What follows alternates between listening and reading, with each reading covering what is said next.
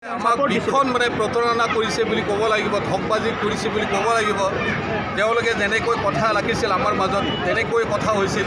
যোৱা বছৰত আমি যেনেকৈ তেখেতসকলক কথা দি পেলাই বা তেওঁলোকে আমাক কথা দি পেলাই আমি প্ৰতিজ্ঞাবদ্ধ হৈছিল যে আমাৰ 10টা সমষ্টি, ওদালগুৰি সমষ্টি, পৰিষদীয় সমষ্টিৰ প্ৰায় আৰু ইফালে বাক্সাৰ 2টা সমষ্টি তেওঁলোকে আমাক এৰি দিয়াৰ কথা আছিলে। আৰু তাৰপিছত তেওঁলোকৰ কাৰণে তেওঁলোকে নিজে আমাক আহ্বান জনাইছিল যে এছেম্বলি ছেগমেণ্টৰ কাৰণে ভৱানীপুৰ সমষ্টি, সৰভোগ সমষ্টি আৰু ৰঙিয়া সমষ্টিৰ কাৰণে BPF-এ মুকলিভাৱে এইটো এৰি দিব লাগে। তেতিয়া আমি প্ৰতিজ্ঞাবদ্ধ হৈছিল, হ'ব আমাৰ কোনো ক'বলগীয়া কথা। CDC-ৰ অন্তৰ্গত প্ৰাইমাৰীৰ অন্তৰ্গত বুধৰা তপৰা গাঁৱত আৰু ইয়াত আছে আমাৰ শুক্লাই প্ৰাইমাৰীৰ অন্তৰ্গত শুক্লাই আইবিত হৈছে। মানুহ আমি যেনেকৈ ভাবিছিলোঁ তাতকৈ অধিক হৈছে। ইয়াতে আমি নমুনা পাইছোঁ যে 100% আমি অনাগত দিনত মোৰ নিৰ্বাচন বিজয় সাব্যস্ত কৰা হ'ব। BPF-ৰ গতিকে আশা কৰিছোঁ যে আৰু বাকী আছে এইবিলাকক আমি সুচাৰুৰূপে আৰু 80 টকা দিনত নিশ্চয়কৈ চৰকাৰ বনোৱাৰ পিছত আমি বনাবৰ কাৰণে সক্ষম হ'ম। ইয়াৰ বিভিন্ন জাতি জনগোষ্ঠী আছে, কাৰণেহে কাম দৰৰ কথাই তেওঁলোকে এটা জাতিক লৈ ফালে ৰাজনীতি কৰিবলৈ বিচাৰিছে আৰু তেওঁলোকৰ নিশ্চয়কৈ এটা জাতিৰহে সমস্যা নিশ্চয়কৈ আছে।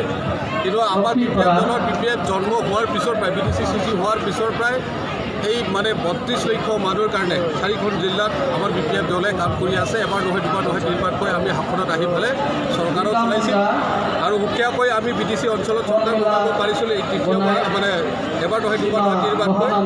ঠিক তেনেকৈ আমি অসম চৰকাৰ কংগ্ৰেছৰ অধীনতো আমি কংগ্ৰেছ চৰকাৰ কৰিছিলোঁ অসম চৰকাৰ।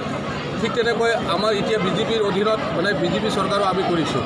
সেইটোৱে জল পথ ৰাইজৰ কাৰণে আমি কাম কৰি আছোঁ যে দীঘলীয়া 15-16-17 বছৰত যিখিনি আমি কৰিবলগীয়া কাম আছিল 100% পিছপৰা পৰি থকা এই অঞ্চলত আমি 15 বছৰ, 16 বছৰ, 17 বছৰত আমি কাম কৰিবৰ কাৰণে সক্ষম হৈছোঁ। হয়, ৰাইজে কোৱা মতে আজি BPF দলে দুৰ্নীতি কৰিছে বুলি কৈছে, একো কাম কৰা নাই বুলি কৈ আছে।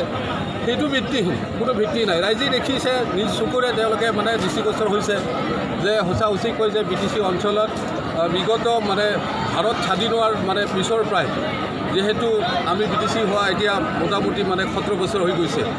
এই 17 বছৰত পূৰ্বে আগত 48 বছৰমান কোনোবা কংগ্ৰেছ, কোনোবা BJP, কোনোবা জনতা দল, কোনোবা EDP দলে চলাইছিল অসমত। তথাপিও এই উত্তৰ অঞ্চলত যেনেকৈ পিছপৰীয়া অঞ্চল আছিল, এইখিনি অঞ্চলত কোনো তেনেকৈ উন্নতি এতিয়া আমি এতিয়া BTC সৃষ্টি হোৱাৰ পিছত বা BPF জন্ম হোৱাৰ পিছত হাগ্ৰামাই নেতৃত্ব লোৱাৰ পিছত আমি এই উত্তৰ অঞ্চলত যিখিনি জাতি জনগোষ্ঠীৰ ভাষা ভাষীৰ সমস্যা আছে, এই সমস্যাবিলাকক আমি পৰ্যায়ক্ৰমে লাহে লাহে আমি সমাধান কৰিবৰ কাৰণে সক্ষম হৈছোঁ। আপোনাৰ সমষ্টিত দিছে হাগ্ৰামা মহিলাই কি ক'ব? এইটোতো তেওঁলোকৰ নেচাৰেল ব্যৱহাৰ। যিটো অঞ্চলত যিটো সময়ত যিটো জাগাত উন্নতি হয়, কাম হয়, ভাল পৰিৱেশ হয়, সেইটো পৰিৱেশবিলাকত তেওঁলোকে চাব নোৱাৰা হৈ যায়। তেওঁলোকে এইখিনি অঞ্চলটো বিভিন্ন পৰিৱেশ সৃষ্টি কৰিবলৈ বিচাৰিছে, বিভ্ৰান্তি সৃষ্টি কৰিবলৈ বিচাৰিছে, মিছা ভুৱা প্ৰতিশ্ৰুতি দি পেলাই আবুৱা ভৰিবলৈ বিচাৰিছে বা তেনেকৈ মানুহ বিপৰীত পৰিচালিত কৰিবৰ কাৰণে তেওঁলোকে প্ৰচেষ্টা অব্যাহত ৰখাটো আমি দেখিবলৈ পাইছোঁ।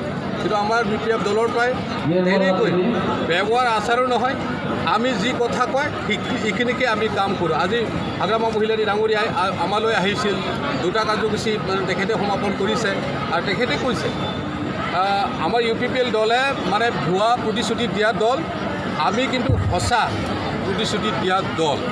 আমি ঠিক তেনেকৈ কথা কৈছোঁ, তেনেকৈ কাম কৰিছোঁ। আমি তেনেকৈ কোৱা নাই যে এই BTC অঞ্চলত সৰ্বাংগীন উন্নতি 100% আমি কৰিছোঁ কোৱা নাই। কিন্তু আমাৰ যিখিনি সমস্যাবিলাক আছিল বিগত সময়বিলাকত, এই সমস্যাবিলাকক নাই বুলিও আমি 70% 80% আমি কৰিবৰ কাৰণে সক্ষম হৈছে। আৰু বহুতো সমস্যা আছে, এই সমস্যাবিলাকক আমি নতুন পৰিকল্পনা লৈ পেলাই আমি সমাপন কৰিব লাগিব, সমাধান কৰিব লাগিব। আৰু এই যিখিনি জাতি জনগোষ্ঠীৰ সমস্যা আছে এইবিলাককো আমি সমাধান কৰিব লাগিব।